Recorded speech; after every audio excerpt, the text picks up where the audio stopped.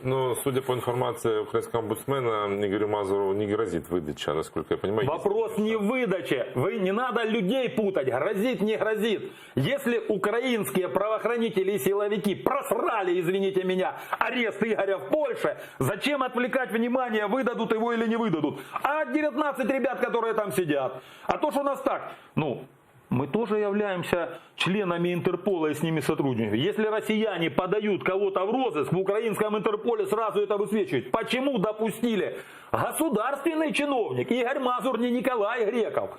Игорь Мазур, представник омбудсмена, выезжает в официальную делегацию, и на украинской границе таможенники, пограничники, правоохранители его спокойно выпуская, не предупреждая, что он находится в красном розыске по линии Интерпола. Но это не была красная карта. Подождите, что значит не была?